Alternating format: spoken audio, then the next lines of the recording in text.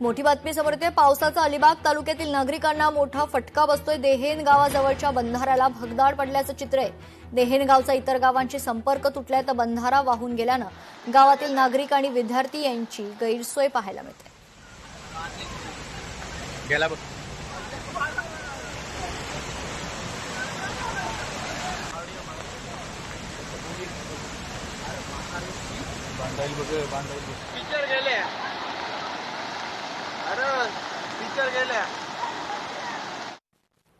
एक मोठी बातमी समोर येते। सिंधुदुर्गातील फोंडा घाटमध्ये भूकंप सदृश्य धक्के जाणवलेत।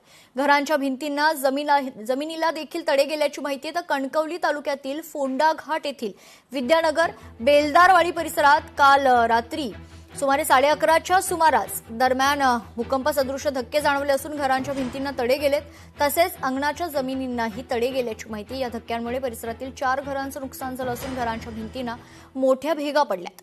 या घटनेची माहिती मिळताच ग्रामपंचायत फोंडा घाटच्या सरपंच संजय आगरे यांनी यावेळी सकाळी तातडीनं घटनास्थळी भेट घेत नुकसानग्रस्त घरांची पाहणी केली। यावेळी त्यांनी संबंधित कुटुंबांशी देखील संवाद साधून त्यांच्या अडचणी जाणून घेतल्या। त्यांचा पण